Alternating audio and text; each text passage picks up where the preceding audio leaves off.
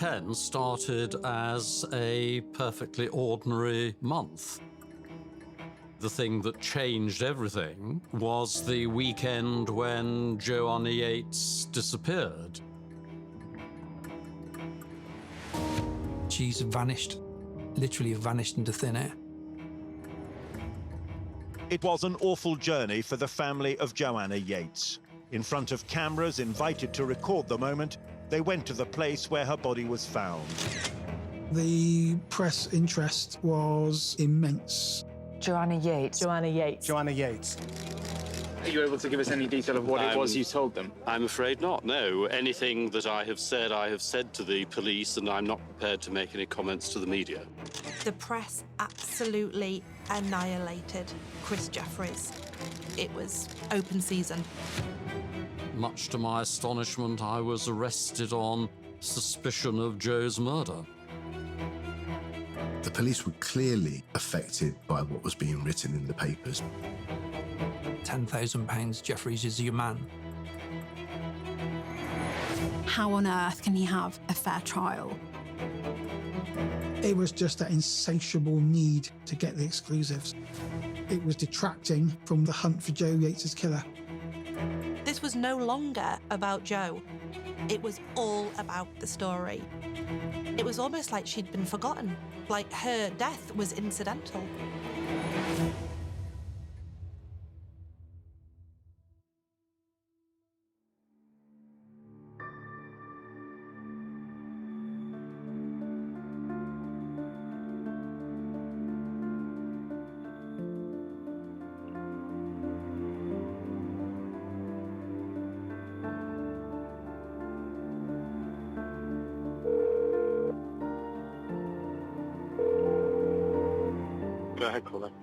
Okay, basically, I've gone away for the weekend and come back to find my girlfriend's not here when she was expected to be, and all her important stuff is still in the flat, such as a wallet, a keys, a phone, the glasses, everything. And basically, I've just found that now, thinking that she'd come home late and she'd be here, but she isn't. And what's her name, please? Joanna Yeates.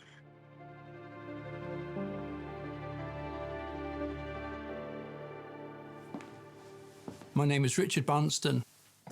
In 2010, I was a detective on Avon and Somerset's major crime investigation team.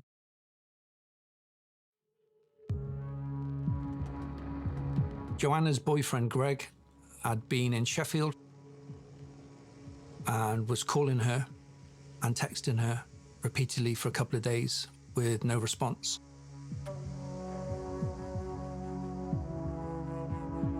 Greg came back to the flat, rang her phone, and it was ringing in her pocket. Her keys were there. Her shoes were there. Her coat was there. She's vanished, literally vanished into thin air.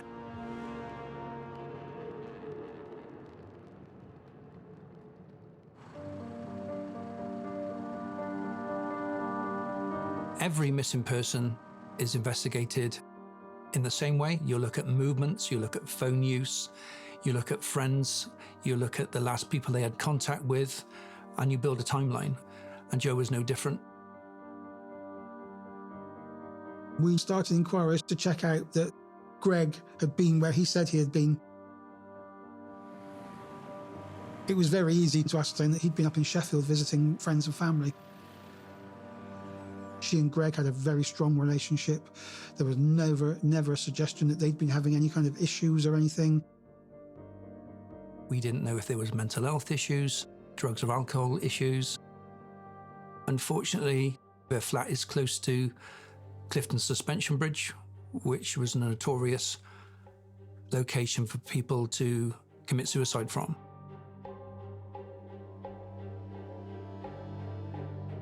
But there was absolutely nothing. She was happy at work, was popular with her friends. There was absolutely no reason for Joe to go missing.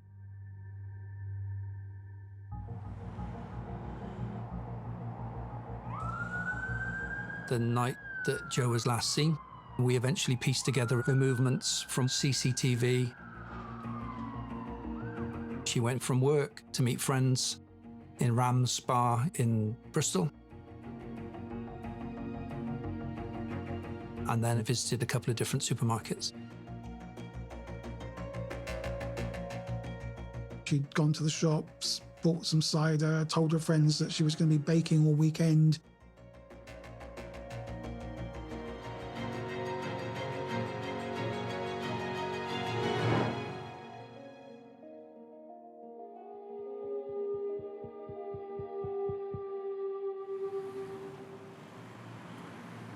We were able to find the receipt for items that she'd purchased that evening on her way home. So the assumption, therefore, is that she's got home and has gone missing from home. My name's Christopher Jefferies. I was Joanna Yeates' landlord. My flat was on the first floor, on the other side of the building to Joe's. When Joanna Yeates disappeared, the first thing that her boyfriend, Greg, did was to give me a ring. Greg wanted to know whether I had any idea at all as to where she might be. I had met Joe once or twice after Joe and her boyfriend moved in. I can't claim to have known her particularly well because she'd only been in there a month or two at the time of her disappearance. There was one occasion there was a leak into her flat from the flat above, so I was contacted to see what could be done. She was very, very pleasant. She was perhaps a little bit nervous. I say she was a little bit nervous because she was just slightly hesitant at letting me into the flat. Everyone in that building needed to be treated as a potential suspect. I was interviewed by the police following Joe's disappearance. On the night that Joe disappeared, I had arrived back in the evening at about 9 o'clock. I had been to the gym. I went straight into my flat and I spent the rest of the evening in the flat.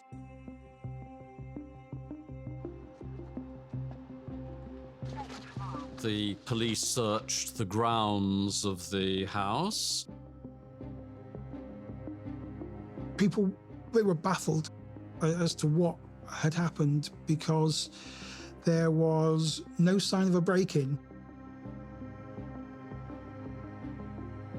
I had keys to the flat. But there was absolutely no evidence or clues or idea where she was.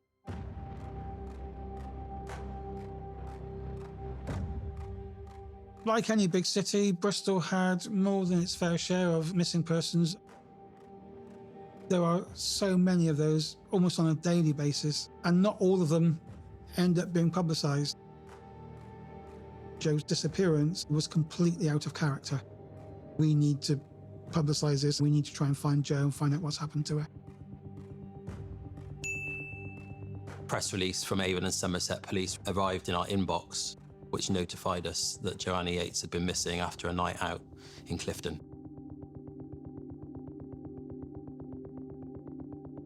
You engage with the media because you need the public's help. The dream scenario is that you engage with the media, you get the messages out there, and all being well, very quickly, the person concerned is found and they're found safe and well. But the job of a crime reporter isn't necessarily just to regurgitate what the police are telling them, but actually to tell the public the whole story as much as they possibly can. As a local crime reporter, you go door knocking, and I recall going up to her house down Canning Road, trying to speak to neighbours, just trying to piece together if anyone had seen her, heard from her. My flat is on the first floor. Joanna had rented one of the garden flats on the other side of the building. I remember buzzing on the buzzer and Christopher answered. He didn't come down, he just answered on the intercom. But he didn't want to speak. I was going to avoid the press as far as possible.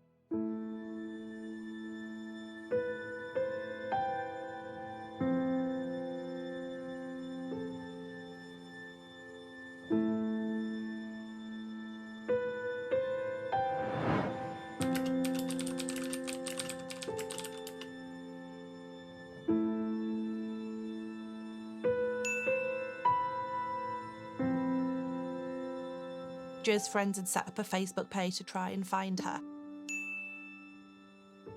This is only 15 years ago, but the social media landscape back then wasn't a landscape, it was a garden. That was really one of the first instances in a major case that we have seen people use social media as a tool to help.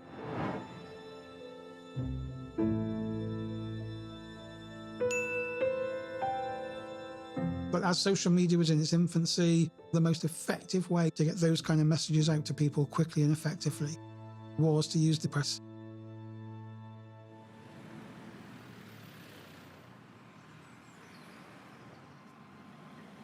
On the 21st of December, Jo's mum and dad did their first media appeal to the public.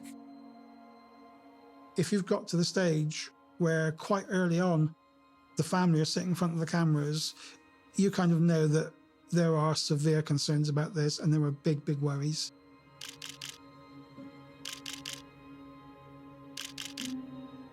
With missing people, sometimes the public can become quite cynical about them. You need to appeal to their hearts and minds. And as much as a police officer can stand in front of a camera and give a perfectly good interview, when you've got parents sitting in front of cameras in tears, who cannot be moved by that? Who is not going to want to help in some way? Jo, whatever the reason that you have not been in touch over the last few days, we want you to know that we love you dearly. She's a white female. It's powerful. It really is powerful.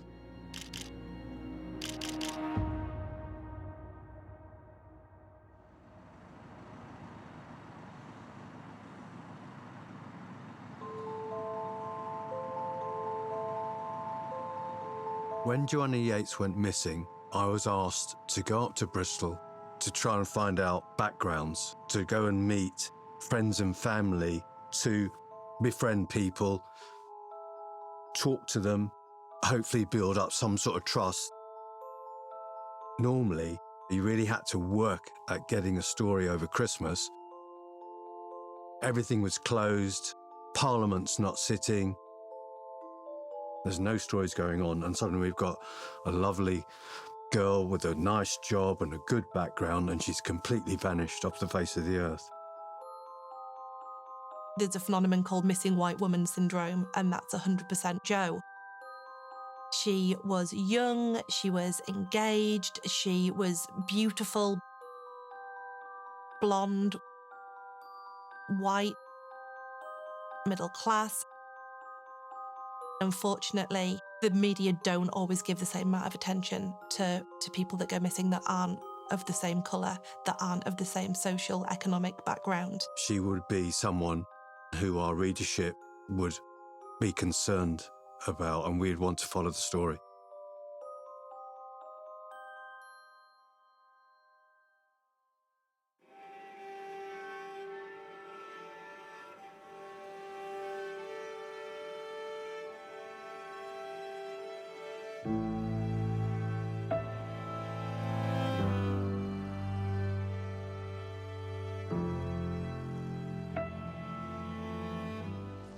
You mentioned there that Greg trying to get in touch with her, you trying to get... Where you have a distraught family who are desperately appealing for information about a missing member of their family. You don't want a bun fight that you might get at some political press conference. We miss her so much. Everybody is on their best behaviour, trying to be as sensitive as they can, and it's good practice for reporters before the press conference starts to nominate one reporter to ask the questions. And on this occasion, we chose a woman reporter to do it. You're doing very well. This might sound terribly sexist, but I think we felt that her parents might respond better to a female journalist because they were talking about their missing daughter. Forgive me for asking this, but when you go through all these scenarios, you must have contemplated that there could be a dreadful outcome. How do you cope with that, Mrs. Yeates? I'll ask you that. I go numb. With all this snow around, I sometimes picture her like if for some reason she had collapsed or had been discarded and she was alive with all the snow and the cold. I just can't bear the thought of it. I don't cope with it. The awful thing about these press conferences is that as soon as somebody gets tearful, you hear all the cameras going off, click, click, click, click. It looks terribly cynical. I don't think you can avoid all that. Images of families who are making appeals, tearful and crying, are inevitably going to be the images that will be used in the newspapers and on TV. But you don't want the people making the appeals to have some terrible breakdown. This was a chance to talk to those who loved her, who've known her since the moment she was born, who could tell us much more about her. And by them talking lucidly and almost happily about the real Joanna, it's the sort of information that might just prompt a witness watching my programme to come forward and tell the police what might have happened to her.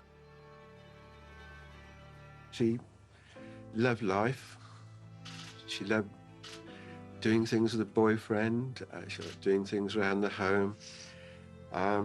She was a really loving daughter.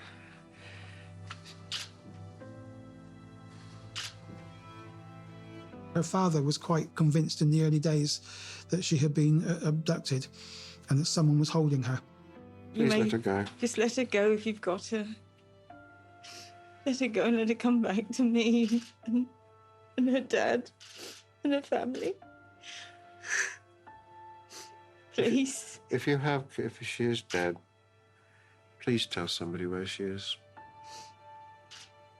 We want her back. I want her back. Whatever. So...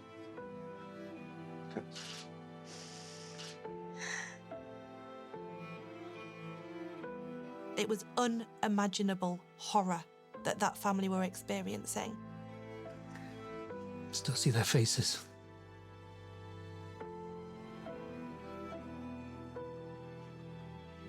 Is there anything else that you feel that we've left out that you'd like to say at this stage? No, I don't think so.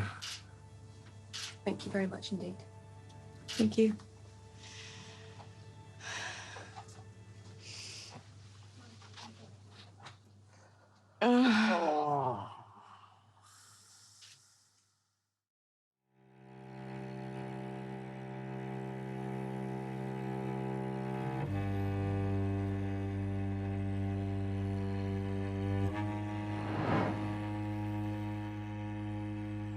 There were a number of mysteries surrounding the case. One of the most high-profile ones was the story of the pizza box.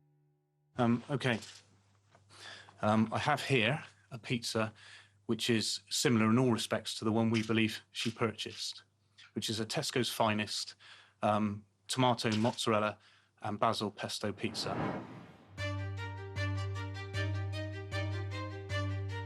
As part of the investigation, we had footage of Jo. One of the pieces of footage we had of her was that on her way home from the pub in Bristol, she'd bought a pizza. The receipt for that pizza was in her flat, but the box, the pizza itself, and the packaging was nowhere to be seen. When you've got very little to go on, you look at every possible line of inquiry. So if someone saw a pizza box sticking out of a bin outside a flat somewhere, is that the house where Joe ended up? That would be worth following up. I can't remember any police force ever asking about a missing pizza. The pizza became the subject of more media interest than we actually had anticipated. Britain is full of armchair detectives, and if you throw in a bizarre clue like a pizza, it adds interest. If you could just hold that up again, just get it closer. Trying to hold it as steady as I can. That's right. The press became absolutely obsessed with it. Did she eat it? And if not, well, what happened to it?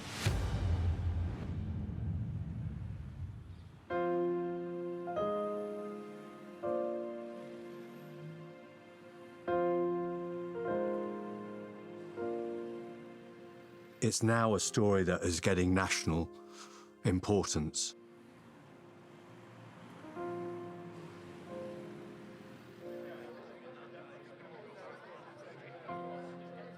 Christmas is a time where people gravitate towards their loved ones.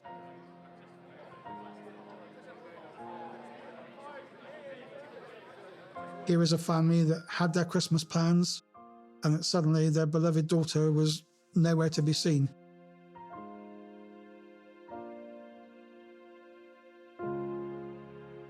There was this great contrast between everybody around that area walking around with smiles on their face, looking forward to Christmas, people coming back in the fading light at the end of the day, laden down with bags full of Christmas shopping, looking forward to parties. And amidst all the happiness, there was this looming tragedy.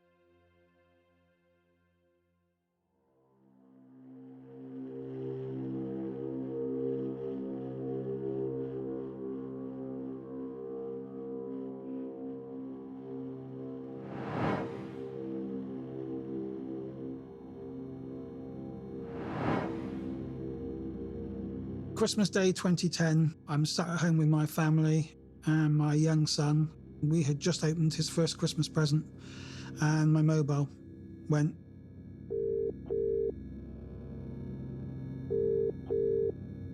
It was the control room inspector asking me to put my shoes on and drive to Longwood Lane because a body has been found. And the initial feeling is that it's Joe Yeates.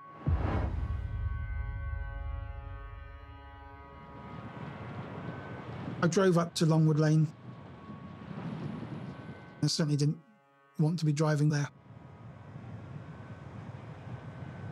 I felt incredibly sad. I felt incredibly sad.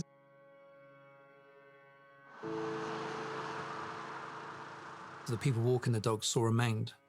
It snowed heavily in the preceding days, but the husband spotted what he thinks was a pair of jeans stuck out of the snow. And he then discovered that it was in fact a body.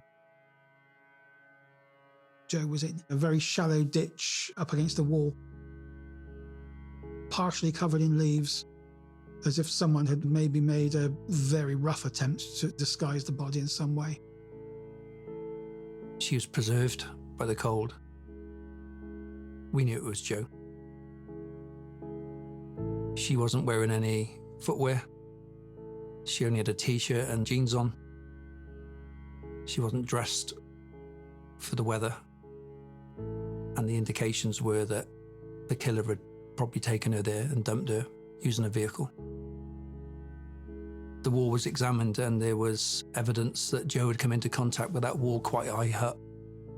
The working theory was that the killer had tried to put her over that wall. On the other side of that wall is a quarry. Had that been the case, her body may never have been found, or certainly would have been found very quickly.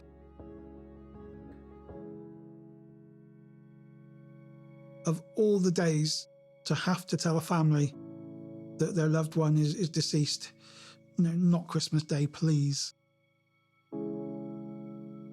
What could possibly be worse as a parent?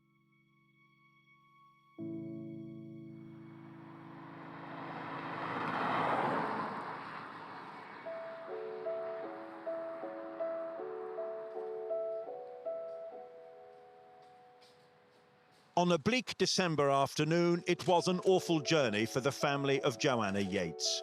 In front of cameras invited to record the moment, they went to the place where her body was found.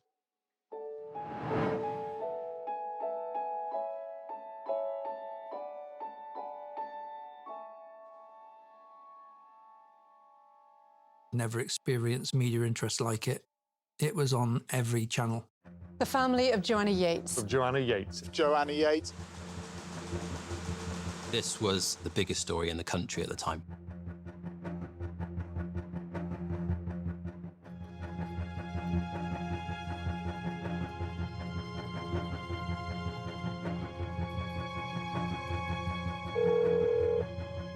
My phone was just red hot. There was this insatiable demand for information. The biggest question was, is this a murder inquiry? And we just had to keep saying, we've got to wait now for the outcome of the post-mortem. Well, when's that going to be? Jo's a scene, so she needed to be dealt with forensically, but she was frozen. So there's certain things that needed to be done in a systematic way before we could take swabs of her body to see what people have come into contact with her. The post-mortem took 3 days. When Jo's body was discovered on Christmas Day, it obviously led the TV news that day, but for printed publications, actually, most of them don't come out at all on Christmas Day, and a lot of them don't come out on the 26th of December either, which meant that they were 48 hours behind the TV news. They had a lot of catching up to do, and they needed to do it quick. Newspapers really wanted the information then. They wanted everything then. And the police were then suddenly under pressure. We cannot say anything until the pathologist comes forward and gives us a cause of death. There would have been even more pressure on journalists to come up with the next story, a follow-up story. What would it be? Who would it be about? Were the police saying anything more about the body? How did she die? The police are keeping an open mind. How was she killed? By what method? It's up to the police to give tidbits to the journalists so they can write their stories. Because if they don't do that, then it leads to all sorts of speculation. Between Christmas and New Year 2010, Bristol became wild, wild west country in terms of media, speculation.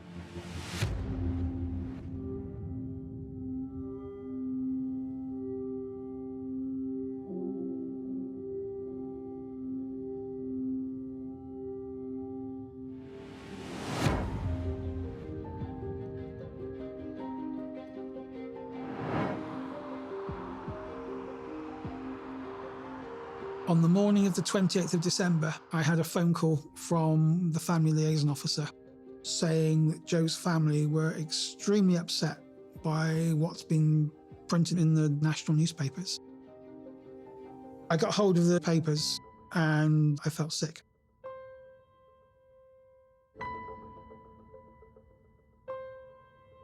The papers had written that they believe that Jo Yeates had been held captive for 8 days, had been dumped unconscious in Longwood Lane, and had died of hypothermia. I mean, I can only imagine the distress caused to the family. So I phoned one of the journalists and said, "What on earth have you written?" And his words have stayed with me ever since. He said, "It was just something that was being bandied about, so we thought we'd use it. You weren't giving us anything." I was speechless. I was almost speechless recalling it. So I said, "We are about to issue the post-mortem results now, and you are going to have an awful lot of egg in your face." The post-mortem showed that she certainly didn't die from hypothermia. It was from compression of the neck or strangulation. We'd now jumped a huge jump from a missing person to a murder inquiry.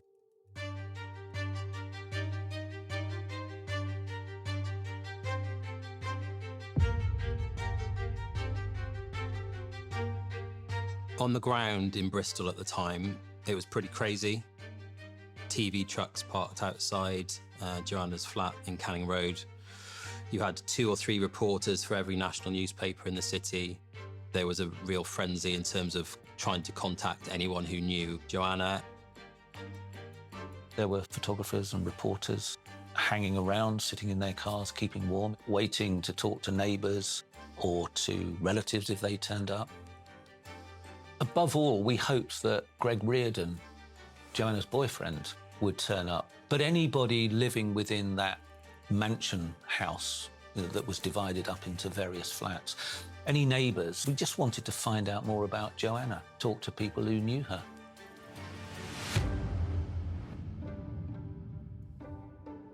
Joanna's home was in Clifton. Most people look to Clifton as one of the most affluent areas in Bristol. If this had happened in one of the council estates in South Bristol, like the rougher areas, everyone would have known Joanna. But you come to Clifton, you start door knocking. A lot of people don't even know who lives next door. Chris Jefferies, he was the landlord. He would have known Joanna Yeates. He'd be taking her rent, so that would be a good starting point, really. We became aware that Christopher Jefferies had spoken to the police a second time. He became an important figure for us to try and talk to. My second statement, it was something that when I was interviewed by the police following Joe's disappearance, I'd entirely forgotten about and subsequently remembered. The night that Joe disappeared, as I was walking up the driveway to go into the building, I was vaguely aware of somebody or some people leaving the premises by the path at the side of the building, which led to the front door of Joe's flat. We wanted to ask him, what he'd told the police. I was leaving the building to go and do some shopping. That was how everything began. He came out and he opened the gate and he walked out, and my colleague asked him what he'd told the police. I saw that. I made some comment which was very, very, very much vaguer than that. He seemed rather irritated, but he was prepared to speak, and we hadn't heard him talk at that point. Are you able to give us any detail of what it was you told them? I'm afraid not, no. Anything that I have said to the police, and I'm not prepared to make any comments to the media. So you didn't... I was absolutely not prepared to give anybody any statement. And I thought he's just going to walk off because he's annoyed. But then as my colleague asked him again a question, did you definitely see her? He kind of turned back and walked back a couple of paces to the camera. He did have a slightly strange look on his face. He wasn't smiling, but there was a kind of sense that he didn't mind too much the attention of the camera. You didn't see her that evening? I certainly cannot say that I saw Joanna Yeates that evening, no. Thank you very much. He turns again and goes towards his car, at which point a couple of photographers just come up to him and, as he's trying to get into the car, are snapping pictures of him.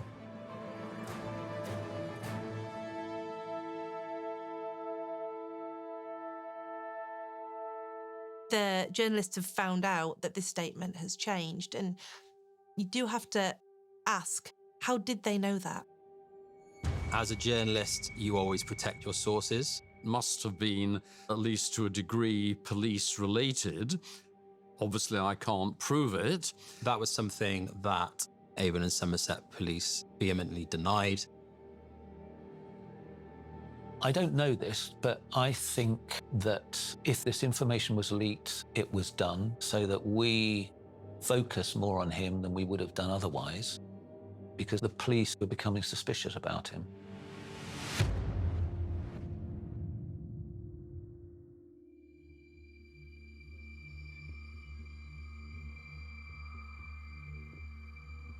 I was just on the point of getting up when I became aware that somebody was knocking on the door of my flat. I went to the door, asked who it was. It's the police, Mr. Jefferies. Much to my astonishment, I was arrested on suspicion of Joe's murder.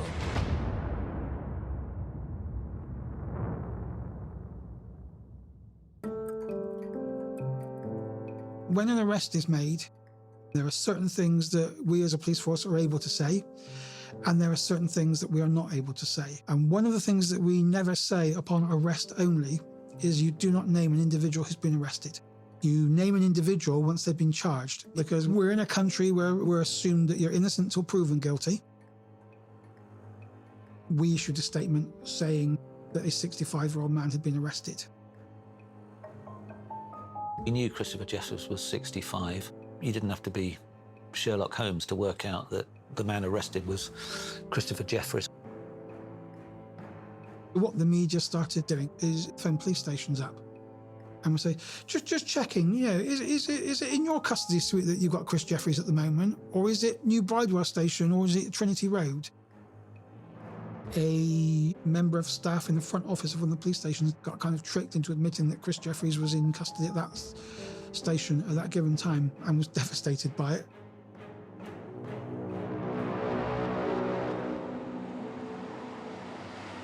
When he was arrested, the most important thing was to assist Christopher at the police station.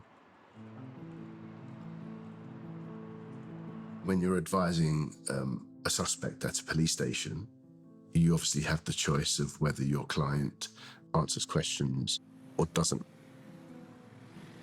If a client has already given an account, unless there is something in addition that he needs to speak about, there is no reason why the client should be answering questions.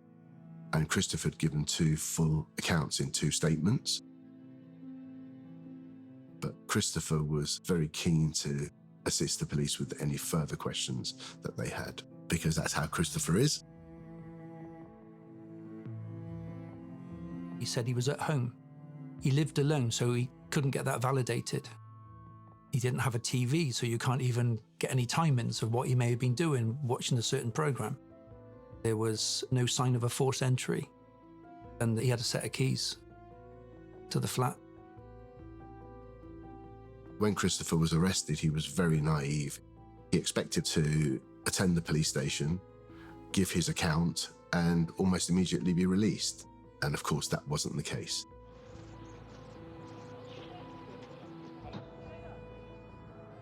Following Chris Jefferies' arrest, there's a whole new forensic procedure that is adopted, and his flat is subject to intense scrutiny. There were some trainers found belonging to Jefferies in the flat that looked like they had blood on them. Everybody assumed that this was it. This was a missing piece of the jigsaw. This was going to be Joe's blood.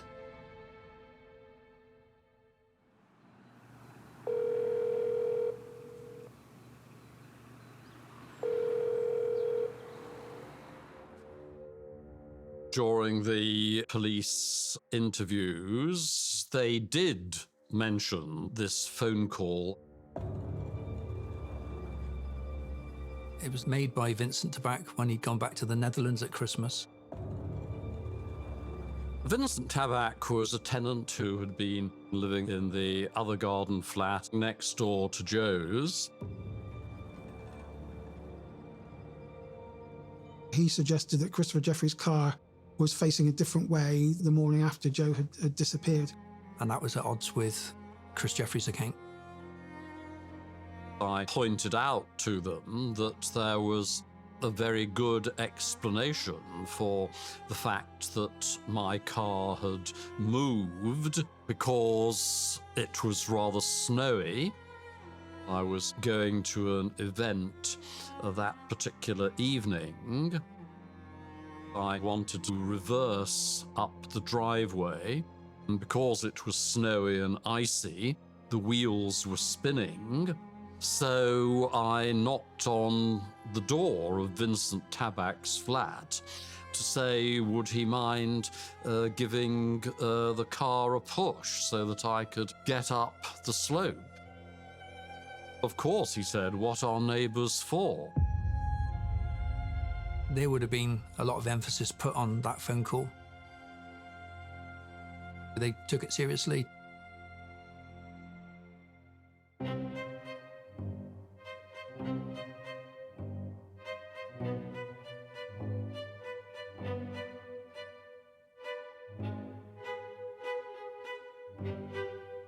While I was in custody, slightly naively, it didn't actually occur to me that anybody might be remotely interested in the fact that I was in custody.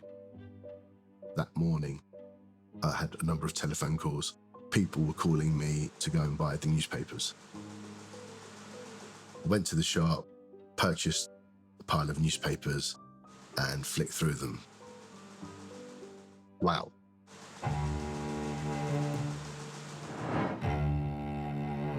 So on the 31st of December, the press absolutely annihilated Chris Jefferies. I can't remember a suspect in a big case being quite subjected to that almost vilification.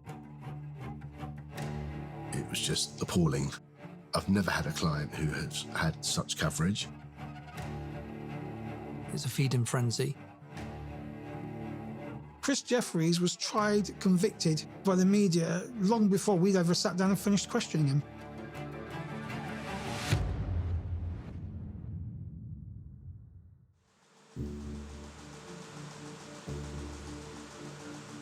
The newspapers just tore his life apart, turning up pupils who'd known him when he was a teacher years before, and they were saying dreadful things about him. I think what people vividly remember is the image of him with blue hair. My hair never looked like that. I used, at the time, a shampoo to give the hair a very slight blue tint, but certainly was not anything remotely resembling the photograph. But that, of course, wasn't the only thing. The worst thing I remember were quotes from anonymous females who were his pupils many years before, saying how uncomfortable they felt around him, how creeped out they felt. And there was also somebody who'd been a tenant in one of the flats who accused him of being a peeping Tom. The implication was that she was a female and, you know, he had some unhealthy sexual interest in her. And again, in the context of him being identified as the suspect for Joanna's murder, couldn't really be more damning. The police were saying there was no evidence that she'd been sexually assaulted, but a pretty young woman murdered. There's a kind of unspoken sexual element to it in most people's minds. That all added to this idea that he was a sexual deviant. That's why he's been arrested.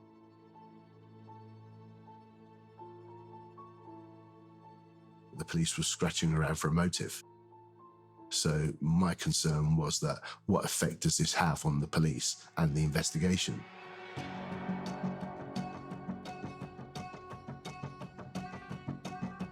Bizarre links were being made between him and a convicted paedophile.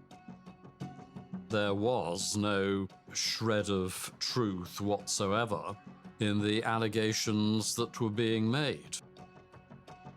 The only link that they had was that they had both owned the same flat, but it was years in between. It had changed hands 2 or 3 times since. There was no link to be made there. They use quotes such as, "He was really creepy, everyone thought he was gay." It implies that being gay makes you a paedophile, and that it does smack of massive homophobia. The media were looking at potential links with other unsolved murders of females, particularly those around the same age as Joanna Yeates. Claudia Lawrence, who'd vanished in York the year before. There was Melanie Hall from the late 90s who'd vanished. Perhaps the most intriguing was the case of Glenys Carruthers, who had vanished a few hundred yards from where Joanna Yeates had disappeared.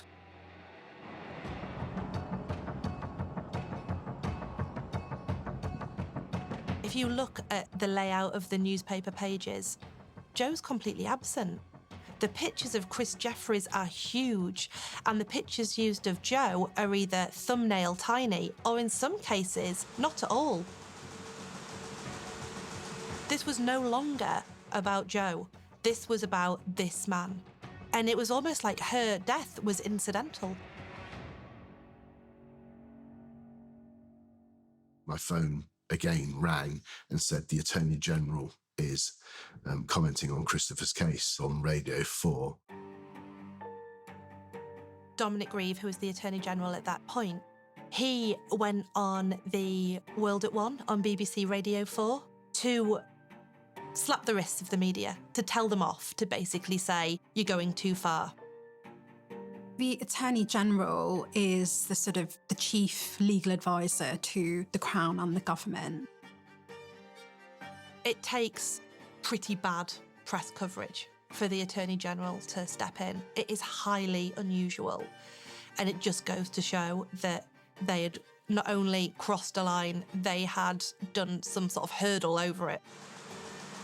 Of course, it was welcomed, but a lot of the damage had been done by the time the Attorney General had made those comments. The coverage was extensive.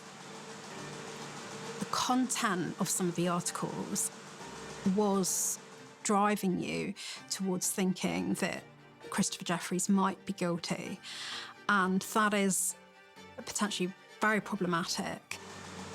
If there's lots of information in those articles that don't actually make it into the courtroom, then you may potentially have jurors who remember things that they read, and they may be reaching conclusions not based from the evidence that they're hearing in the courtroom. How on earth can he have a fair trial when there's been all this negative publicity about him?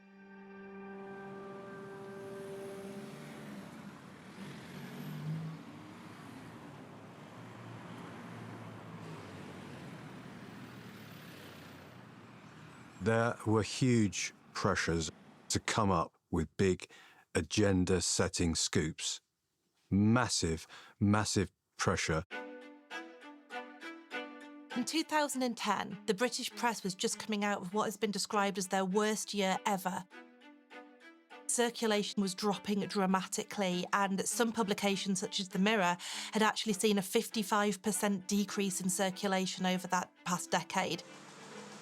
The advertising revenue was taking a massive plummet, and at this point, paginations were having to decrease because of it, and it was looking pretty bleak. The staff are under pressure to get the story because they know the circulation is falling. Bad news sells. Murder is one of the strongest, highest news values that there is.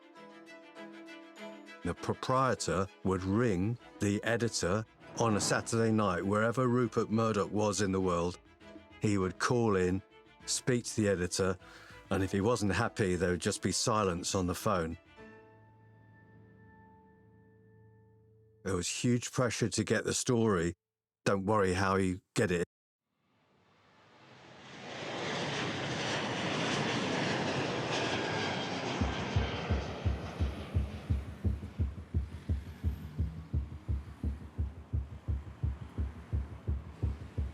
Following Vincent de Back's phone call from the Netherlands on the 30th of December, DC Thomas was sent out to interview him. She got a really bad feeling about de Back. Forensic strategy for a murder You take samples and elimination swabs from anybody that could assist the inquiry. She requested that he provide a voluntary sample of DNA, a mouth swab. He seemed a little bit weary of that process. When DC Thomas returned with the evidence that she got from Tabac, I spoke to her and I knew that she had had a bad feeling about Tabac. And when I read the statement, I did as well. He made comments about his movement the night that Joe was last seen that would have put him in proximity of the front door of Joanna's flat.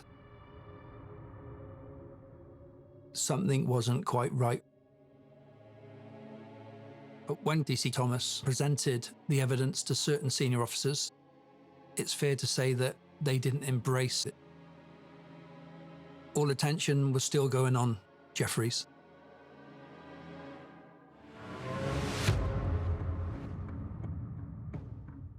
The press, the media, it was poison. And it was certainly a distraction for the police. And I think, no doubt, influenced mindsets of detectives on that inquiry.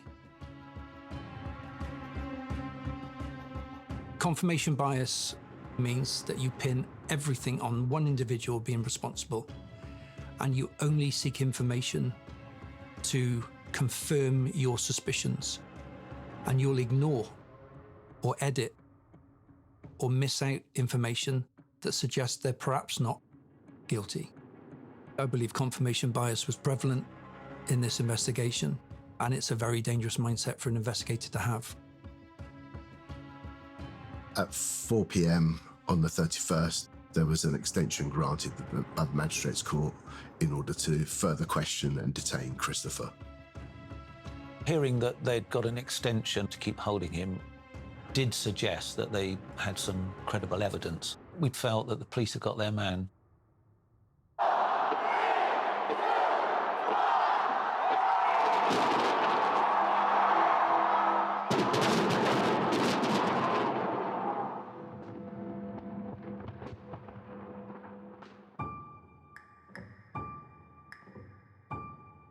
The media were camped outside Joe's flat, sat in vehicles in the cold, waiting for an opportunity to take photos of detectives come in or police doing searches.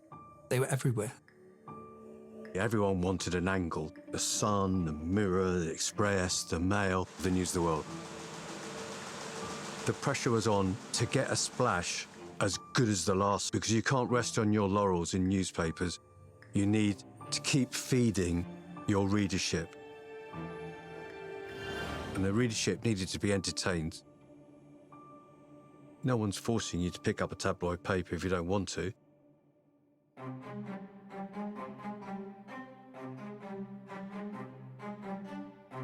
As a local crime correspondent, it's not fun. You have scores of journalists competing over the same story. The tabloids were offering money to people who lived inside the cordon up in Clifton, near where Joe lived, just so they could sit in the lounges and watch and look for any police activity. One of Joe's friends was offered £20,000 to speak to a tabloid paper. You have people throwing money around, paying for interviews, paying for information, which I didn't have. Then I have my editor saying, why haven't you got this story? And I'm thinking, because it's rubbish. Many of the comments in the papers were unsubstantiated. They were unnamed sources. The Sun ran a story with a woman who didn't want to be named, saying that Chris Jefferies had stalked her. The story was that he had chatted to her at a local library, and that whenever she came into the library, he would smile at her. He said nice things about her hair colour. That he had chatted to her in the supermarket about the contents of her supermarket trolley, and that when she eventually said that he was making her feel uncomfortable, he'd said something like, "What do you take me for, some kind of pervert?" I think using the word stalking was perhaps unreasonable. I wonder why the woman didn't want to be named. An unnamed source could be me talking to a senior police officer and the police officer saying, "We've got our man there, we got our man." An unnamed source could be somebody who knows the person who's been arrested and says, "I'll talk to you, but I'll talk to you off the record." In other words, you can't name him or her. The journalist must always know their identity. However, you as a journalist never have to reveal your sources. So you will never, ever have to give that name, those details to anybody, even in a courtroom. So, what stops you from making it up? Very little.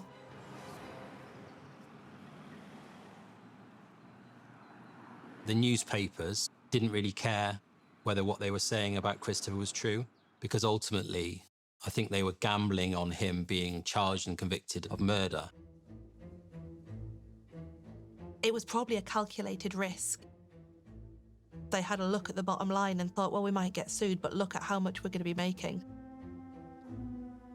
The editor of The Mirror, Richard Wallace, said they'd been told by the police that Chris Jefferies was their man in an off-the-record briefing. Had Christopher Jefferies actually been convicted of the murder of Joanna Yeates, from a libel perspective, it would be very hard to start mounting a claim. There is no such thing as defaming a murderer. You can't lower that person's reputation because they don't have a good reputation to start with. The newspapers were so convinced that he was about to be charged, it was almost like it was open season.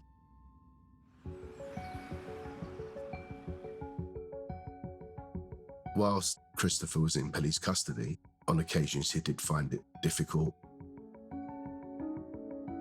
He was a person of good character, never been in trouble before. He would have been in a completely new environment, somewhat intimidating, being in a cell, being handcuffed. At the back of one's mind, one starts to feel, well, possibly there is something that I have done that I've forgotten about, and they have discovered some incriminating evidence. The police were clearly affected by what was being written in the papers. There are newspaper articles which portray Christopher as having a bad temper. Thereafter, in the interview, the police are asking Christopher as to whether he has a bad temper or not. I was obviously very forthcoming in giving them all sorts of details in answer to their questions, since I knew I had nothing to hide. Christopher said he did have a bad temper on certain occasions. Christopher said he had a bad temper for effect when teaching. He could be quite critical of bad grammar. And I'm certainly aware that he pointed out a few inaccuracies in the interview process, which can probably only make people feel more prickly towards him.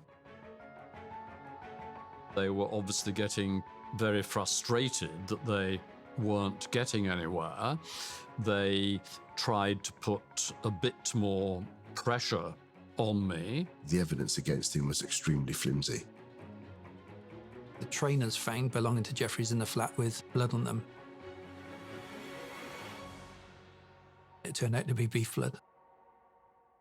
Good evening. Within the last hour, it's been confirmed that the landlord of Joanna Yeates is no longer in police custody. Christopher was released on police bail, which means he's still a suspect. After the 3 days I'd spent in the police station, I certainly was very angry, because I remember that the first thing that I said to the solicitor was, somebody has got to be sued for this. We were very concerned for him. The press were portraying him in a very, very bad way. Had somebody want to be aggressive towards him, threaten him.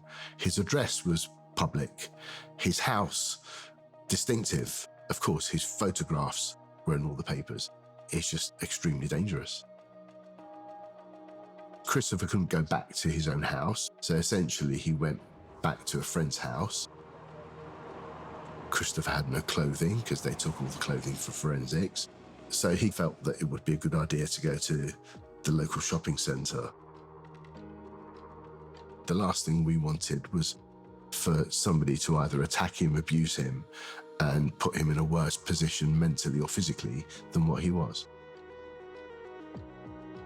We made sure that he lay low. One of the points that I raised was perhaps Christopher changing his appearance. And it was arranged that I would go late one afternoon to the hairdresser. Time for a change, time for a new look. Christopher's life was disrupted. He has to live with what was said about him and the way he was portrayed in the media for the rest of his life. And I'm sure even now, if he's walking down the street, someone will say, there's the guy that was nicked for Joanna Yeates.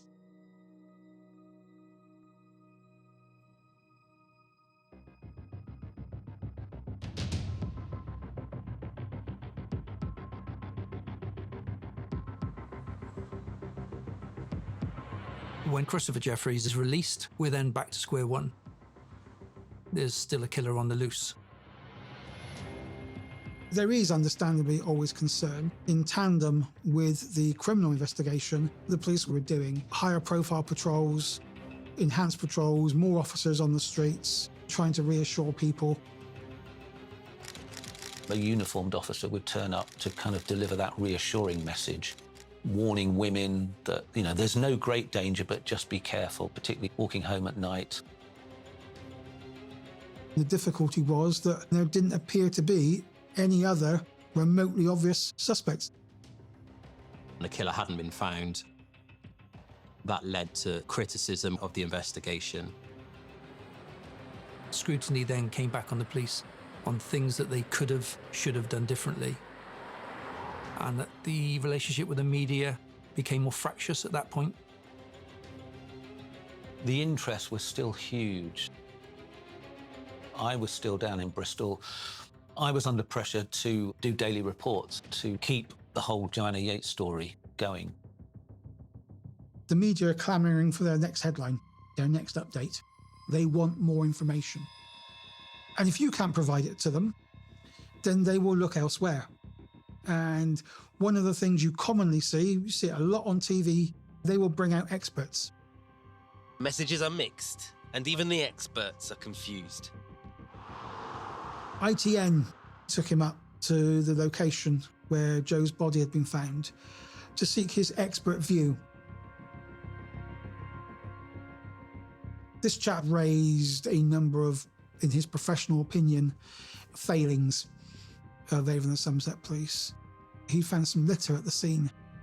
I would have expected to come along here and seen absolutely nothing. Certainly nothing that DNA could be taken from. Who is this person, first and foremost? What gives him the credentials and the expertise to criticise us? I was at the scene the day Joe's body was found, and I know that they didn't leave a stone unturned in terms of looking for evidence. The upshot was that Avon and Somerset Police were so angry they banned ITN from press conferences. I think it was a brave decision to make, and I think sometimes you do need to do things like that because some elements of the media do have this aura about them where they feel untouchable, and they think that they can push the boundaries and get away with things. I thought that was bizarre. I thought that was petulant of the police. The police were cutting their nose off to spite their face because they were getting rid of the possibility that an ITN viewer might be the very witness that they're looking for. The ban lasted no longer than 48 hours in the end. And one of the reasons that it was lifted more than anything else is because of the backlash. We've got a right to ask questions. We've got a right for this and a right for that, and freedom of the press. That became the story. And it was detracting from what we needed the story to be, which was the hunt for Joe Yeates' killer.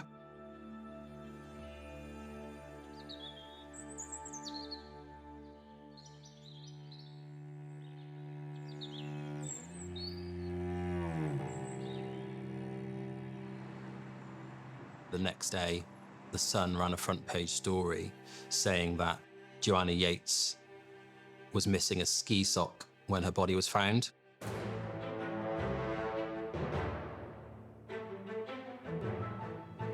Perhaps that was the murder weapon. Maybe that's why the sock was missing, that he'd strangled her with it. Or it had been taken as a trophy by the killer. The trouble was, a couple of days before the investigation team had said that she'd been fully clothed when she was found. Media felt like they were withholding information. One of Joe's socks was missing. But there are certain things you don't always tell the media, because if an independent witness comes forward and says something, there might be a detail that you haven't put into the public domain, that if they come to you with it, you kind of think, we've got a credible lead here. Once it became clear that certainly at least one element of the media knew about it, we were going to have to do something about this now. I'm here this morning to talk to you about a missing sock. We ended up buying a similar sock, putting it into a case and holding it up at the press conference. The Sun often lead the rest of us on those kind of stories. Yeah, they clearly had a good source. How did they find out? We didn't know where the media got that from. I know it caused some concern to the investigation team.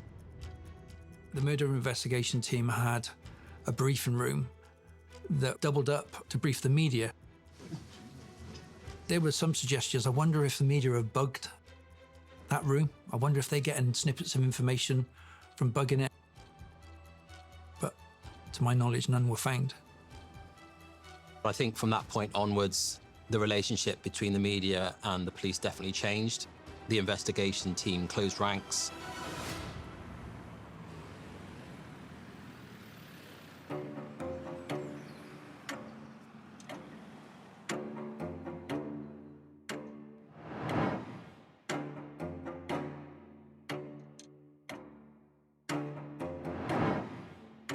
By mid-January, the relationship between Avon and Somerset Police and the media was not in the best of places. It became increasingly hard to find any new angles to the story. The Sun offered £50,000 for information that would lead to the successful capture of Joe's killer.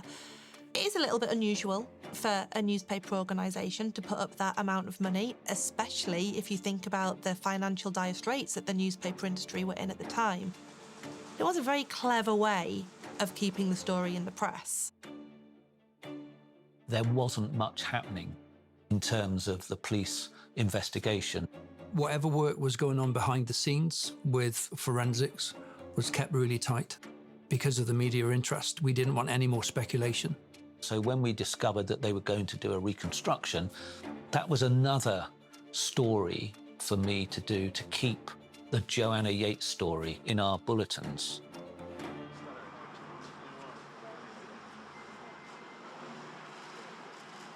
When they started filming it, we were there filming from a distance.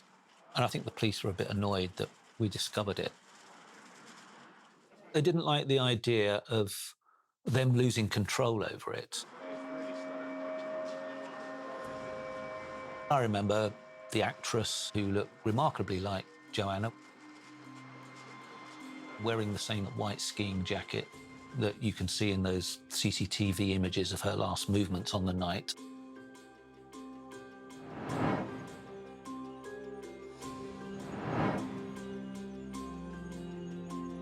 We'd all got used to reconstructions being done a week after.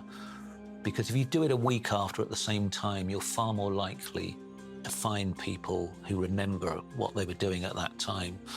It seemed odd to wait a month to do that reconstruction. And there were genuine questions about, well, where is this investigation going?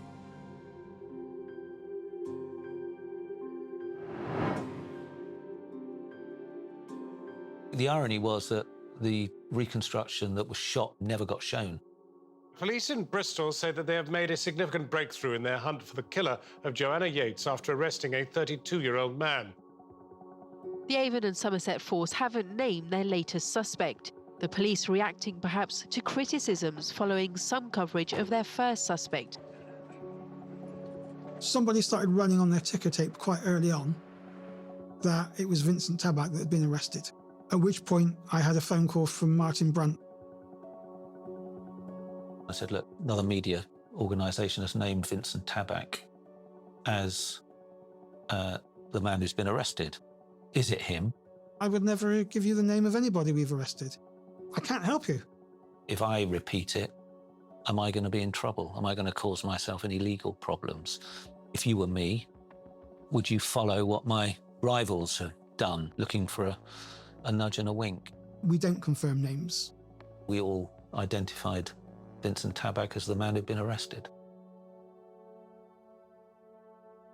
A reporter had interviewed Vincent Tabak before his arrest, just as a neighbour, trying to get a bit of background, trying to get some more colourful quotes. He didn't raise any suspicions. There was nothing that you could describe as being remotely eccentric about his appearance or his manner. Vincent Tabak was mild-mannered. He had a decent job. He had a fiancée. There was nothing really sinister or suspicious about him. I was driving back to Bristol and got the news that Vincent Tabak had been arrested. And my immediate reaction was, I think it's very likely that the police have made another blunder. He was a tenant who was in many ways ideal. During the 18 months that I had known him, he had given me absolutely no cause whatsoever to suggest that he was likely at all to be involved in all this. It had already been agreed that I was going to interview the next suspect. My passion as a detective has always been interviewing suspects. I sat next to him on purpose. I wanted to feel his legs shaking against mine. He denied all knowledge of Jo's death and in fact stated through a prepared statement that he'd never come into contact with her, knew she was, wished he could help us. I know for a fact that the solicitor and interpreter that we insured was present in case there was any suggestion that he didn't understand questions put to him. They were convinced that we had an innocent man in custody. Having spent 3 days in the company of Vincent Tabak, he was an extremely clever chap, analytical in his thinking. Clearly not when it came to internet search history. Why was he researching how long does it take for a body to decompose in the snow? Why was he looking at Longwood Lane in his search history prior to Jo even being found? Why was he researching bin collection in Clifton? Why was he researching CCTV cameras? Why was he researching, can I serve my sentence in the Netherlands? The moment that we started to disclose evidence of forensics, the interpreter stated to me, I no longer want to be left in the consultation room with that man. They were now seeing the game that he was playing. We found from the forensic examination of his computers that he was a regular user of hardcore porn, and some of that porn depicted women being strangled the same way that Jo was killed.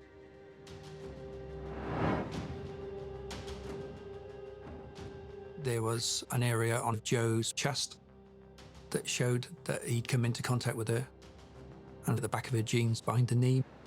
That was quite interesting, because if you're going to lift someone out of a boot of a car, where would you hold them? The final nail in the coffin, bearing in mind he said that he'd never had any association with her. We found microscopic specks of blood in the boot of his car that belonged to Joe. We knew we had him.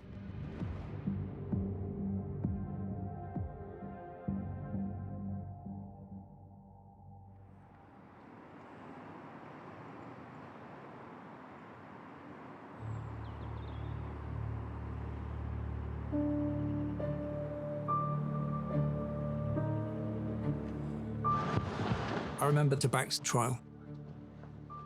The amount of media in the public gallery, it was taken over. You couldn't get in there.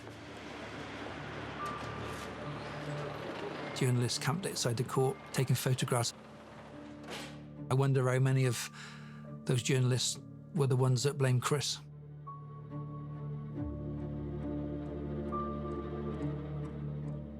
During the trial, Tabak's body language was almost pleading to people around him to give him sympathy. Before his trial, Vincent Tabak was held on remand in custody. He had made this confession to the prison chaplain that he confessed to the killing. But in court, Tabak then entered a manslaughter plea. He was trying to mitigate his involvement in her death in some way, and I was annoyed with that. She deserved more. His version of events was that she'd been coming home after a night out with friends and that she'd invited him in to her flat for a drink. She had made a flirtatious comment to him. Don't believe that for a moment. Not for a moment. He'd gone to kiss her, but she'd screamed. So he's put his hand over her mouth because she screamed. He's taken it away and she screamed again, and he squeezed for about 20 seconds.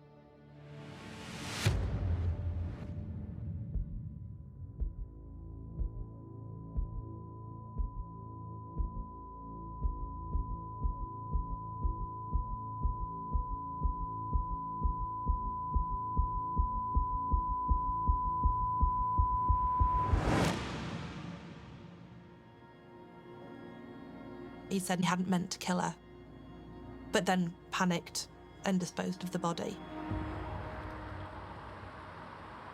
That's nonsense. There was a struggle.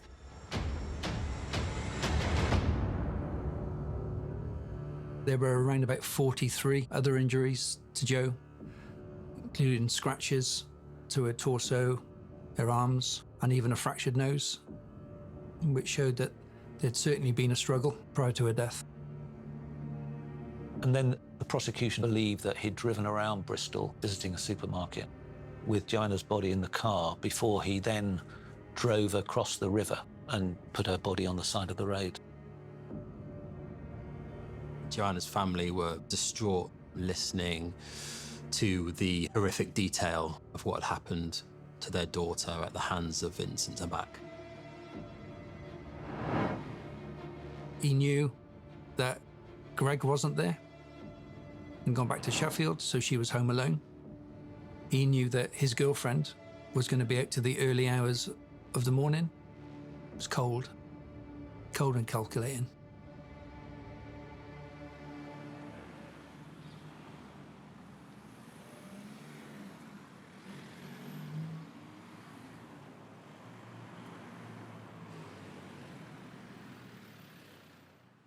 Vincent Tabak is beginning a life sentence tonight after a jury found him guilty of the murder of his neighbour, Joanna Yeates. Passing sentence, the judge, Mr. Justice Field, described him as wicked, deceitful and manipulative. You want to bring closure to the family. Here was a clearly heartbroken family who wanted there to be somebody brought to justice for Joe's death. I remember Joe's dad coming to shake my hand after I'd given evidence in court, and he wouldn't let go of my hand, and I've never forgotten it. Thank you, thank you.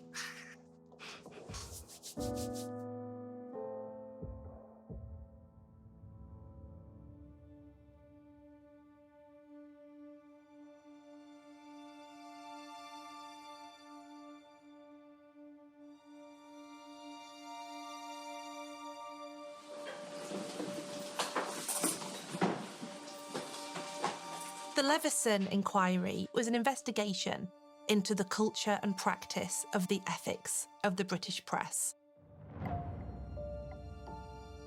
The reputation of the British press was quickly disappearing down the toilet, quite honestly. The news world was all about sex, drugs and rock and roll, really.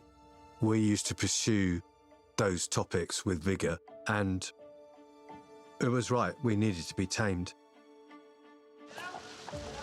The Leveson inquiry was born out of the phone hacking scandal. A variety of celebrities came forward that had their privacy breached, but it was in particular the press's hacking of the phone of murdered teenager Millie Dowler that really brought it into the forefront. There really was a deep dive into British press standards at the time. And in order for that inquiry to have substance, somebody like Christopher Jefferies would be an important person to hear from. So may I call now Mr. Christopher Jefferies? I appeared at the Leveson inquiry to talk about my experience of the press coverage. The couple of months while I was still under suspicion, without doubt the most difficult period I think I have spent. Lord Leveson also took evidence from journalists. Everybody at the Daily Mirror is very regretful of the coverage, and we do apologise to Mr. Jefferies for vilifying him in such a way. But I'd like to express my sincere personal regrets that my actions contributed to and exacerbated the acute personal distress felt by Mr. Jefferies.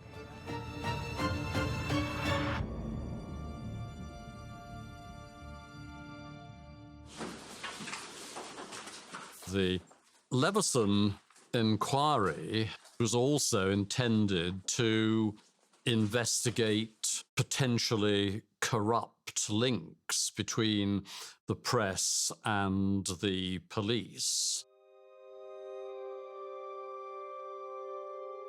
Several senior officers in the Joanna Yeates investigation, including the senior responsible officer, DCI Phil Jones, and the chief constable Colin Port, gave evidence to the inquiry.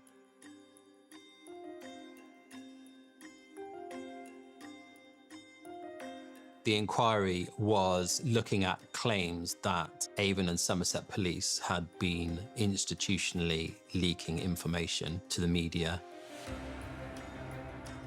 The editor of the Mirror gave a statement saying that they'd been doing off-the-record briefings as part of the investigation. The police do give guidance on these issues, and if they had not indicated that they had presumed they were on the right track, then I don't think the journalists would have been writing what they've been writing. We don't give off-the-record briefings, and to behave in a collusive manner is just abhorrent. In the wake of Leveson, police officers stopped talking to people like me for a long time. I would send texts, I'd ring my contacts, and often they would either ignore me or they would just say, look, I can't talk to you because Leveson decreed that there should be a record of, contact between journalists and reporters, and no police officer will want to be known to be helping you. After Leveson, the press were trying to behave themselves and had cleaned up their act. I think that's fair to say, and they needed to. But at the end of the day, it was too late. The genie's out of the bottle. Social media had completely exploded. You've got Facebook, TikTok, Instagram. The world has suddenly become a journalist, and people were just writing whatever they liked. The whole media landscape has changed, and it's virtually unregulated. This is really dangerous territory we've landed ourselves in. Take, for instance, Nicola Bulley, who tragically slipped into the river near her home.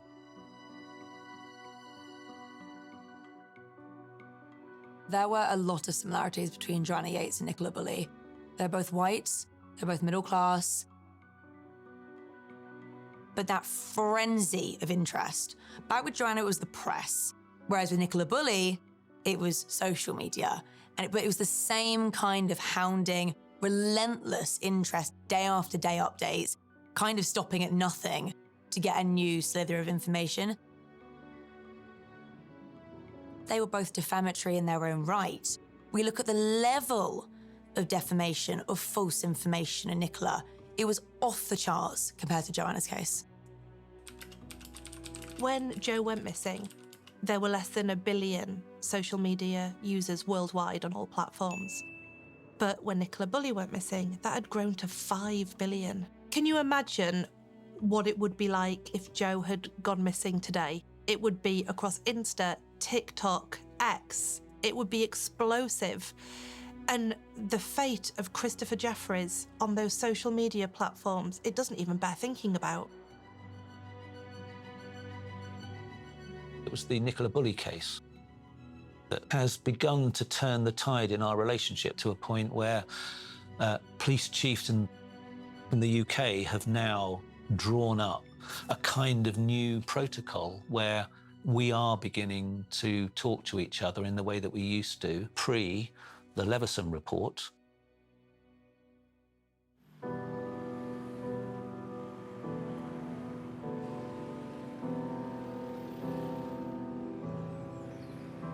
The funeral of murdered landscape architect Jo Yeates took place today in the Hampshire village where she grew up. Miss Yeates' coffin was followed by her parents, David and Teresa, and her brother, Chris. Greg Reardon, her boyfriend, followed them.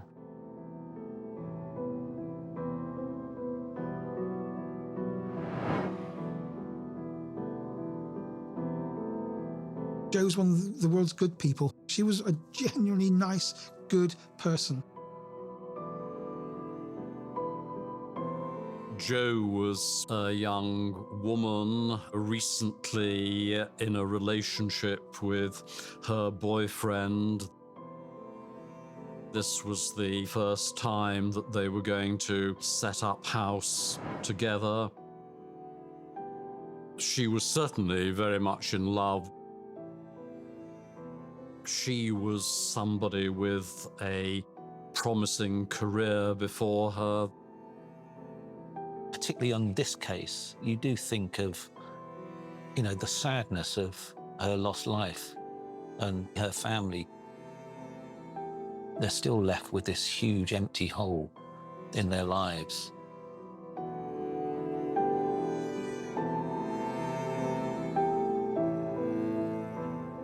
When people ask me about my previous career in the police and they learn about the Jo Yeates case, they always mention Chris Jefferies. Not to back. Not Jo. That's people's memory of this particular murder. Perhaps they do forget that, at the heart of this story is the awful murder of a young woman. There's cases that stay with you. I often drive by the scene and remember her. And there's still flowers left there.